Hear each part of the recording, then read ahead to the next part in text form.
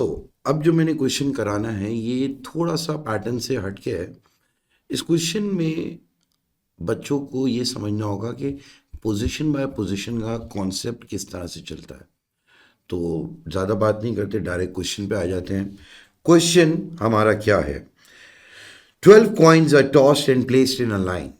Each coin can show either a head or a tail. Now the thing is, यहाँ पे ये नहीं बताया है कि कौन सा हेड है कौन सा टेल है, या कितने हेड है या कितने टेल है।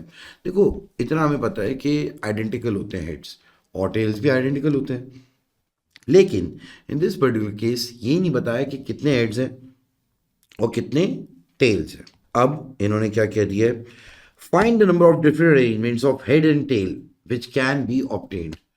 अब ओपन छोड़ दिया इन्होंने। अब यहाँ पे हमें नहीं पता कि यार कितने हेड आ रहे हैं कितने tail, so we need to decide that. और कितने ऑप्शन हो सकते हैं, अब हमें खुद से सोचना होगा।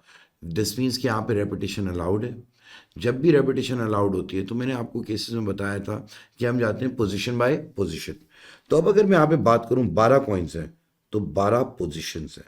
1 2 3 4 5 6 7 8 9 10 11 12 12 पोजीशन है। अब both the positions can either have a head और a tail. Head tail head tail head tail head tail. अब ऐसे 12 बार वैसे तो लिखना ज़रूरी नहीं है, लेकिन मैं आपको दिखाना चाह रहा हूँ कि मैंने किस लॉजिक पे कहानी एंड में करी है। 12 बार हेड या टेल ऑप्शंस आ गए। बात बड़ी सीधी है भाई, अगर हेड या टेल में से कोई एक आएगा तो इन दो में से कोई एक आएगा।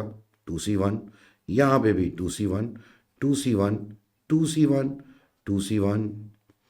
12 बार लिखना है मैंने, यानी कि मैं अगर इन सबको मल्टीप्लाई करूं तो ये बन जाता है 2C1 की पावर 12, 2C1 रेज़्ड पावर 12।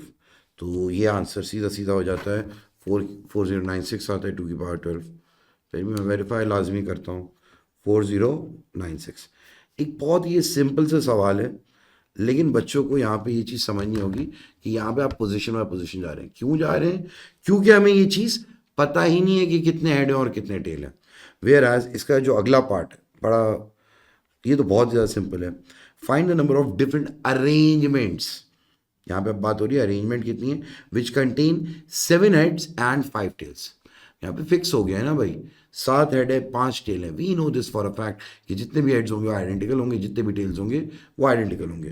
तो हमने बड़े आराम से क्या कर दिया, 12 coins 12 factorial, 7 heads 7 factorial, 5 tail 5 factorial. So basically इसका आंसर आ जाएगा 12 factorial divided by 7 factorial divide by 5 factorial, तो 792। तो ये सवाल एज सच इतना मुश्किल है नहीं, ना ही इतना कोई लेंदी है।